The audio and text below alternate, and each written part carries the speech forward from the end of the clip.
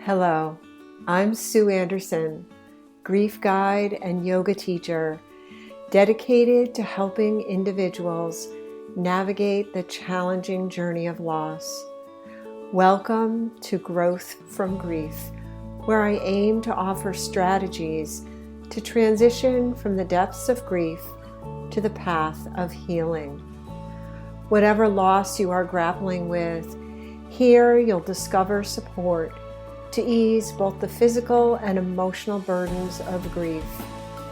Together, let's embark on a journey toward strength, peace, and healing. I'm so glad you are here.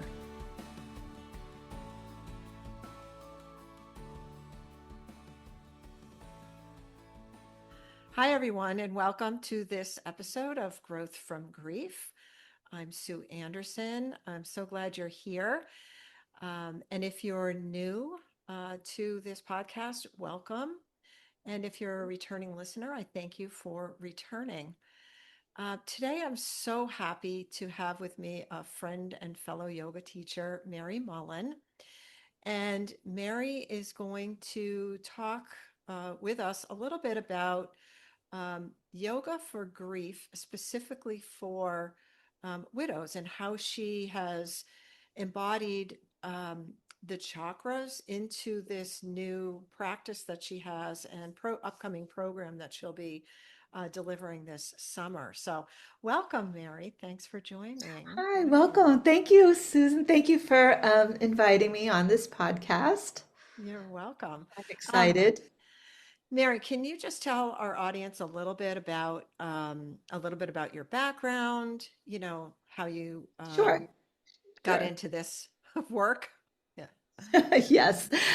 So I have been teaching Kundalini yoga for almost 20 years now, which is hard to believe. Wow. And I had a studio, as you know, because you taught at the studio. Right. And then when COVID came, I had to close the studio. So I primarily now teach yoga, Kundalini yoga online. And my work now is sort of shifting towards combining Kundalini yoga and grief. Because, as you know, I lost my husband suddenly in 2023. Right. So, when something like that happens, I think sometimes people find a little bit meaning in what they want to do and shift their work. So that's where my work is shifting towards now, is to Yeah. help Thank people you. who are grieving through yoga. Yep. Great. That's wonderful. Can you explain a little bit, in case people aren't familiar with Kundalini yoga, just what is that type of yoga? Sure. So it's quite different than Hatha yoga. The movements are repetitive. They tend to be more dynamic, not necessarily um, to the point where you can't do them. I mean, you can judge how far you want to go. There's a lot of breath work Hmm. involved, a lot of meditation, a lot of mantra work, chanting. Uh, Really, the point of Kundalini Yoga for me is not only to physically strengthen the body, but to move your energy and to clear your energy from, any blocks that are preventing you from being yourself and reaching your full potential. Yeah, I remember the first time that I took a class with you, I was really surprised about the breath work and the movement. I mean, it was like a simple movement like this. I'm not doing it right, but just to show people, like you were moving side to side and you were breathing, and then it got, increasingly, if you wanted to go faster, it went faster, Right. faster, faster. And it was really, you definitely move your energy, that's for sure. Yeah. You do, you do. And when I started 20 years ago, my practice was quite different, right? Because I was 20 years younger. Right. So I would say I've softened it a bit. Yeah. But it's important to know that softening it and taking it a little bit slower um, does not reduce the effectiveness of the practice. In Right. many ways, when you go slower, you're working on a more subtle level, and it can Hmm. actually be more powerful. Yeah. Yeah. I noticed for myself that, in my grief journey, that movements that really, these repetitive kind of movements, whether it's this back and forth or kind of this punching out, which is something that I do in my classes, grief classes, is that you're getting that energy, you're moving the energy, and you really do feel a little bit more open after you do that. You can, because you're letting go, especially if you have that, if you have anger or something that feels really tough, like you're, Right. and you can't figure out how to get it out of your body, but you can feel it. Right, because as you know, grief lives in the body. It's not just an emotion of the heart, right? So, and also I think when you're working with people who are grieving, the exercise, you don't need a lot of different things. You don't need a Right. lot of different exercises. You just need some targeted ones that you can do maybe for a minute to 2 minutes, just to, like you said, to move that energy and get that flow back in your body, you Right. know. Right. Right. So, after your husband died, I know you obviously took time off. You did what you needed for yourself for a period of time. And then maybe like in the last year is when you started taking some additional training. But I also know prior to that, you did some training around trauma work. Is that right? Yes. So I did a course to um, help people who are suffering from PTSD. So it's Okay. Kundalini Yoga to support people with PTSD. And again, it's quite different than a traditional Kundalini Yoga class. Mm-hmm. The movements are much slower. There's a lot of rest time between so the body can process what's happening. So it's very different, but I enjoyed teaching it. It was very successful. I did that in person. Okay. Um, I think I taught it as a series about 6 times. Okay. So, and people found it very helpful. And then, so after my husband died, um, like you said, I took some time off. Yeah. And yeah, and it's funny, as someone who had a very strong daily practice, I really didn't even practice at all, Yeah. which was surprising for me. But again, it taught me a lot about the body and about grief. And so recently I decided to take a course with David Kessler, who is an expert in grief, and I became certified as a grief educator. Okay. So I now my work is kind of shifting to um, bridging Kundalini yoga and that grief work together, and Yeah. including chakra work, because that's also one of the things I really focus on in my teachings. So you mentioned chakras. So talk to us about what that is. For people that don't understand, what are we talking Sure. about? And yeah, and the chakras can sound a little intimidating for a lot of people who aren't in the yoga world, right? But a really simple explanation is they're just energy centers in your body, right? And traditionally, yoga they talk about 7 of them.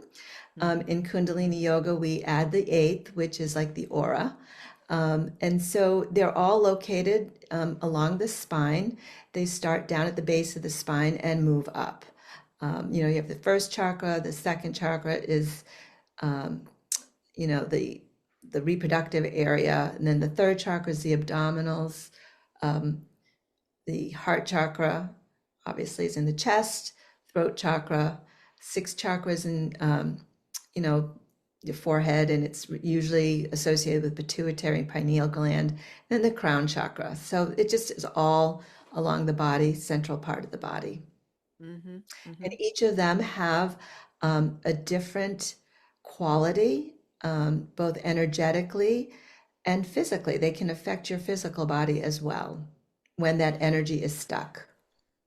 So how, when you're working with someone that's in grief, do you, I'm talking about one-on-one, if you were to do this one-on-one with Sure. people, not in a class, because you wouldn't be able Right. to, be more difficult in a group, but if you were working one-on-one, um, what are the kinds of questions you might ask the person to try to figure out like what would be the appropriate movements?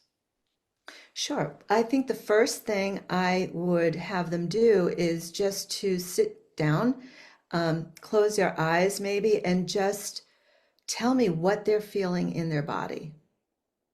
Um, First of all, what they're feeling physically, and then maybe ask them what they're struggling with emotionally, right? And from there, um, we can decide what part of or which chakra is affected. I know for me personally, when my husband died, um, I had to tap into that myself, right? Mm-hmm. And Sure. so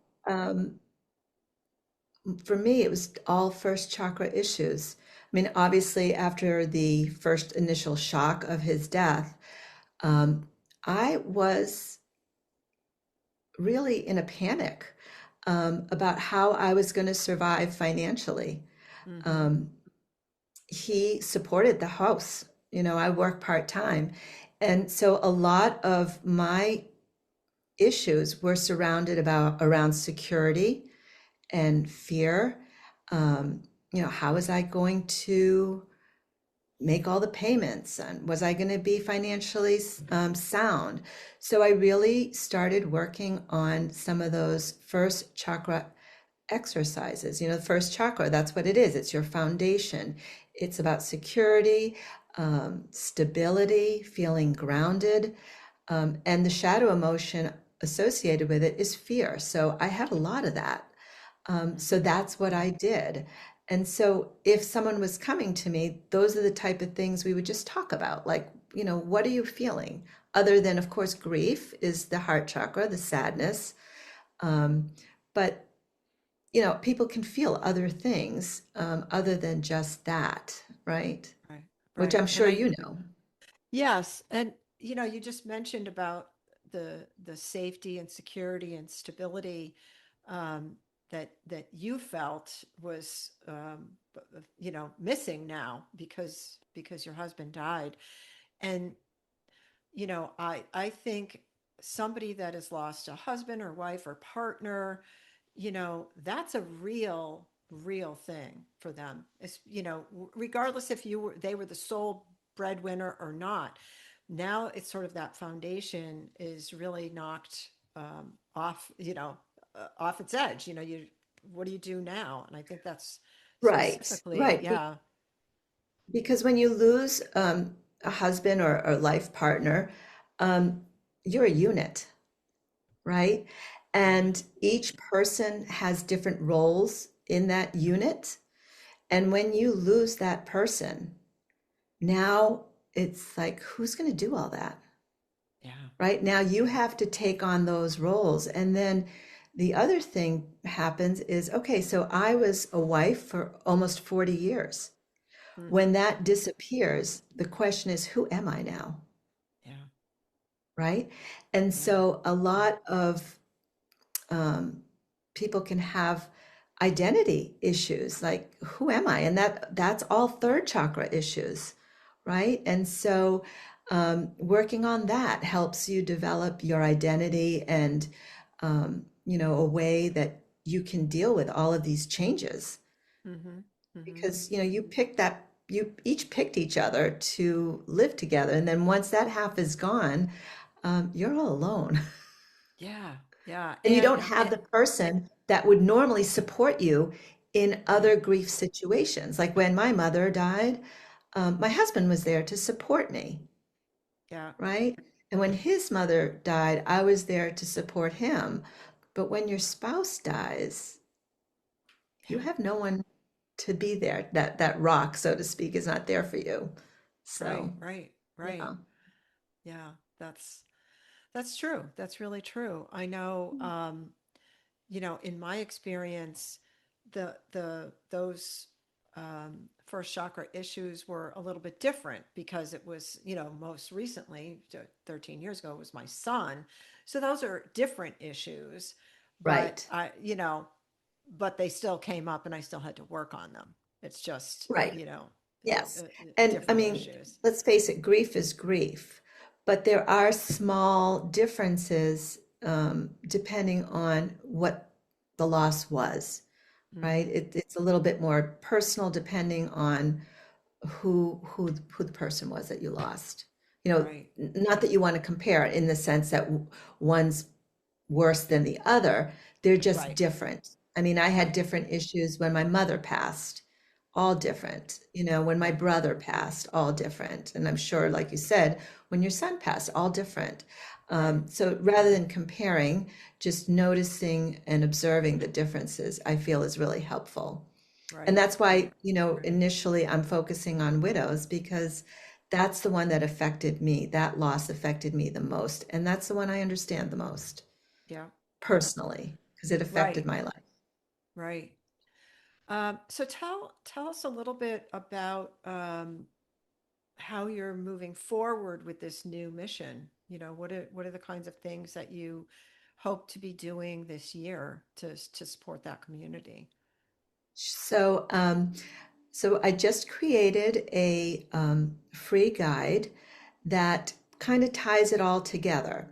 It's says it's a guide for widows, but really anyone can benefit from it. It gives a very brief introduction on the chakras, and within each description, what someone might be experiencing, grief related, either emotions that they're feeling or any physical issues that they may be having. There's also an affirmation with each chakra. And then there's a link to a short video, like 7 to 10 minute video, that discusses it a little bit more, but then also gives a very short practice for that particular chakra. Oh, nice. So, yeah, so I'm hoping that will be very helpful for people on its own. And then in June, I'm hoping to launch an online course, 8-week course that goes into each chakra and grief a little bit deeper. There'll be some journal work and some, more yoga. And there'll also be an additional session where it'll just be grief lessons, so to speak, just an open um, forum for people to discuss what's going on, like a grief session. Yeah, so Oh, that's what okay. I'm So, hoping to do yeah. um, to move forward to help people. Yeah, that sounds really nice. So, in these sessions, you'll also have some discussion time. So people Right. that Yeah. so they can be a little bit more of a community, even though it's Correct. online Correct. and whatnot. The way it's currently structured is one of the first session will be yoga Hmm. and this chakra, and then the second session would be more of a discussion Okay. covering different topics on grief, like what they might be feeling, and then allow participants to share if they want Yeah. to, or just Right. listen, Yeah. right? Yeah. Yeah. That sounds really good. I think um, it's a lot of this is easier if you're in person, as we both know that, right? But Yes, because if you're in person, even if the session is focused, like let's say it's just one session and it's focused on the movement practice and the meditation and the journaling, you still have that opportunity to talk to each other because you're all in person in the same room. It's right, nice that you're going to offer that opportunity for sharing on Zoom because, again, people want to have that bond, and right. And it's sometimes it's important, hard. Yeah. yeah. And that is what's missing. But um, I've taken a lot of online courses, and when you do have that opportunity to interact online, you do actually have a sense of community. Even in my online classes that I have now, um, everyone talks to each other. In the beginning, sometimes I can't get them to stop talking so we can do the class. But it's nice. It's nice. They all, know each other very well now. And so you do get that sense of community online um, if you choose to do so. Right, right. Yeah. Yeah, that's great. Yeah. Is there anything else that you would like our listeners to know about in terms of this new grief offering that you're going to have, or anything else about you or what you're doing today? Yeah. Well, I think I just like to, offer out that it is for widows, but it can also be for someone who's lost a partner. It can also be one of the groups that I feel is not is not considered often is fiancés, right? Mm, Someone who's engaged. I've had several people who feel like there wasn't any place for them to go because they weren't quote unquote married, but they still right, chose a partner, right? They still right, chose each other. And unfortunately, they had that loss before they, so to speak, made it official. So, right. the program would be open to them. And then just in grief in general, I just want people to know that, there's no right or wrong way to grieve. It's a very personal thing. And that one of the best ways to heal is to be able to find someone that they can talk to, right? Yeah, And just share what they're feeling, because that's really where the healing is. yeah. Yeah. So Mary, how do people find you? Can you give us your website and Sure. My contact website information? is kundaliniathome.com. And, that's where they can find out information about me, my background, my current online classes. But there's also two links there, one for the free guide for grief and the chakras, but there's also another free link for meditation guides. There's Oh, 5 nice. meditations that are simple for people to do. It's called Find Your Calm Kit. Um, so there are meditations that focus on just calming the body and the mind. So it's all there. Yeah. Nice. Great. Yeah. Well, thank you so much for joining me today. I really enjoyed our conversation. Oh, well, thank you so much for having me, Sue. I really, really appreciate it and love talking to you. You know that for sure. Exactly. Exactly. Well, thank you everyone for joining today. We will see you the next episode. Bye for now.